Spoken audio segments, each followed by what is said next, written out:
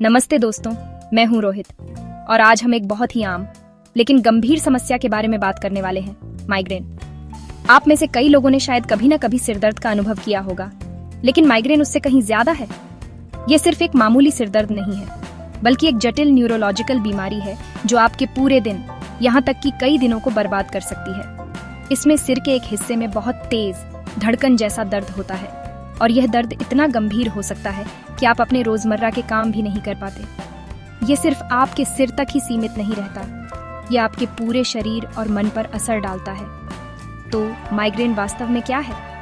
चिकित्सा विज्ञान में इसे एक न्यूरोलॉजिकल स्थिति के रूप में परिभाषित किया गया है, जिसका मतलब है कि यह आपके मस्तिष्क और तंत्रिका तंत्र से जुड़ी हुई है।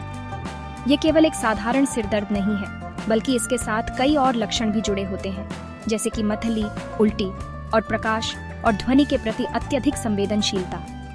सोचिए, आप एक अंधेरे, शांत कमरे में लेटे रहने के लिए मजबूर हो जाते हैं, क्योंकि जरा सी भी रोशनी या आवाज आपके दर्द को असहनीय बना देती है। यह अनुभव उन लोगों के लिए बहुत मुश्किल होता है जो इससे गुजरते हैं। इस वीडियो में हम माइग्रेन की दुनिया में गहराई से उतरेंगे। हम इसके लक्षणों, प्रकारों और उन कारणों को समझेंगे जो इसे ट्रिगर करते हैं। सबसे महत्वपूर्ण बात, हम इसके इलाज के विकल्पों, घरेलू उपायों और जीवन शैली में उन बदलावों पर चर्चा करेंगे जिनसे आप इस दर्दनाक स्थिति से राहत पा सकते हैं। मेरा लक्ष्य आपको सही और विश्वसनीय जानकारी देना है, ताकि आप या आपके कोई प्रियजन अगर माइग्रेन से पीड़ित हैं, तो वे इसे बेहतर तरीके से समझ सकें और मैनेज कर सकें। तो चलिए, इस सफर पर मेरे साथ चलिए और माइग्रेन को हराने के तरीकों को जानें। जब हम माइग्रेन के बारे में सोचते हैं, तो सबसे पहले दिमाग में तेज सिर दर्द आता है, लेकिन इसके लक्षण सिर्फ यहीं तक सीमित नहीं हैं। माइग्रेन का दर्द आमतौर पर सिर के एक तरफ होता है और यह धड़कन जैसा या तेज चुभने वाला महसूस होता है। यह दर्द इतना गंभीर हो सकता है कि हिलना डुलना भी मुश्किल हो जाता है। लेकिन इसके साथ साथ कई और परेशान करने वाले लक्षण भी होते हैं, जैसे मतली आना या उल्टी होना बहुत आम है, जो शरीर को और भी कमजोर कर देता है। इसके अलावा मरीज प्रकाश, फोटोफोबिया और ध्वनि, फोनोफोबिया के प्रति बहुत ज्यादा संवेदनशील हो जाते हैं। उन्हें तेज रोशनी या जोर की आवाज बिल्कुल बर्दाश्त नहीं होती। इसके अलावा कुछ लोगों को माइग्रेन के हमले से पहले या उसके दौरान ओनरा का अनुभव होता है। यह एक चेतावनी संकेत की तरह है। इसमें आपको अपनी आंखों के सामने चमकती हुई रोशनी, झिगजैग लाइनें या काले धब्बे दिखाई दे सकते हैं। कुछ मामलों में शरीर के एक हिस्से में सुन्नपन या झुनझुनी भी महसूस हो सकती है, या बोलने में भी कठिनाई हो सकती है। इन लक्षणों के अलावा माइग्रेन के दौरान अत्यधिक थकान, कमजोरी, चक्कर आना और चिड़चिड़ापन महसूस होना भी आम है। ये समझना जरूरी है कि हर किसी का अनुभव अलग होता है, लेकिन ये लक्षण माइग्रेन को एक साधारण सिरदर्द से अलग करते हैं। नहीं, सभी माइग्रेन एक जैसे नहीं होते। इसके कई अलग अलग प्रकार हैं और हर प्रकार के लक्षण और अनुभव थोड़े अलग हो सकते हैं। सबसे आम प्रकार है कॉमन माइग्रेन या माइग्रेन विदाउट ओनरा।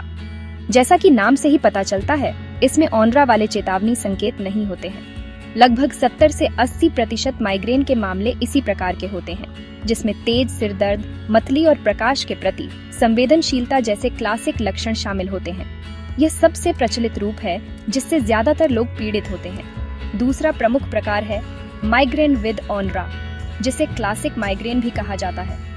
इसमें सिरदर्द शुरू होने से पहले या उसके दौरान न्यूरोलॉजिकल लक्षण दिखाई देते हैं, जिन्हें ओनरा कहते हैं। ये लक्षण आमतौर पर 20 से 60 मिनट तक रहते हैं। इसके अलावा क्रॉनिक माइग्रेन एक गंभीर स्थिति है, जिसमें व्यक्ति को महीने में 15 या उससे ज्यादा दिनों तक सिरदर्द रहता है और इनमें से कम 8 दिनों में माइग्रेन के लक्षण होते हैं। एक और दुर्लभ प्रकार है ब्रेनस्टेम ओनरा, जिसमें चक्कर, बोलने में लड़खड़ाहट और सुनने में समस्या जैसे लक्षण शामिल होते हैं, जो ब्रेनस्टेम से उत्पन्न होते हैं। इन प्रकारों को समझना सही निदान और इलाज के लिए बहुत जरूरी है। माइग्रेन अक्सर अचानक शुरू होता हुआ लगता है, लेकिन इसके पीछे कुछ खास ट्रिगर्स होते हैं जो इसे भड़का सकते हैं। हर व्यक्ति के लिए ये ट्रिगर अलग अलग हो सकते हैं और अपने ट्रिगर्स को पहचानना माइग्रेन को मैनेज करने का एक महत्वपूर्ण कदम है। सबसे आम ट्रिगर्स में से एक है तनाव। चाहे वह काम का तनाव हो या व्यक्तिगत जीवन का, भावनात्मक तनाव माइग्रेन के हमलों को जन्म दे सकता है। नींद का पैटर्न भी एक बड़ा कारक है। बहुत ज्यादा सोना या बहुत कम सोना दोनों ही माइग्रेन को ट्रिगर कर सकते हैं। एक नियमित नींद का शेड्यूल बनाए रखना बहुत मददगार हो सकता है। महिलाओं में हार्मोनल बदलाव एक प्रमुख ट्रिगर है। मासिक धर्म, गर्भावस्था या मेनोपॉज के दौरान एस्ट्रोजन के स्तर में उतार चढ़ाव माइग्रेन का कारण बन सकता है। हमारा खान पान भी एक बड़ी भूमिका निभाता है। कुछ खाद्य पदार्थ जैसे कि प्रोसेस्ड फूड, पुराना पनीर, चॉकलेट और कैफीन या शराब का अधिक सेवन कुछ लोगों में माइग्रेन को ट्रिगर कर सकता है। इसके अलावा पर्यावरणीय कारक जैसे तेज रोशनी, तेज गंध जैसे परफ्यूम या पेंट, मौसम में बदलाव और लंबे समय तक स्क्रीन पर काम करना भी माइग्रेन के हमले को बुलावा दे सकता है। अपनी एक डायरी बनाना जिसमें आप अपने सिरदर्द और संभावित ट्रिगर्स को नोट करें, पैटर्न को पहचानने में मदद कर सकता है। जब माइग्रेन का हमला होता है तो पहली प्राथमिकता दर्द से तुरंत राहत पाना होती है। इसके लिए कई तरह के इलाज उपलब्ध हैं। इलाज को मुख्य रूप से 2 श्रेणियों में बांटा जा सकता है: एक्यूट या एबॉर्टिव ट्रीटमेंट यानी हमले के दौरान दर्द रोकने के लिए, और प्रिवेंटिव ट्रीटमेंट यानी हमलों को रोकने के लिए। एक्यूट ट्रीटमेंट में over the counter pain reliever जैसे कि इबुप्रोफेन या एस्पिरिन हल्के माइग्रेन में मदद कर सकते हैं।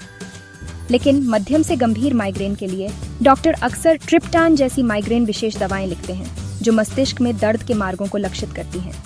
ये दवाएं दर्द, मतली और प्रकाश संवेदनशीलता को कम करने में बहुत प्रभावी हो सकती हैं।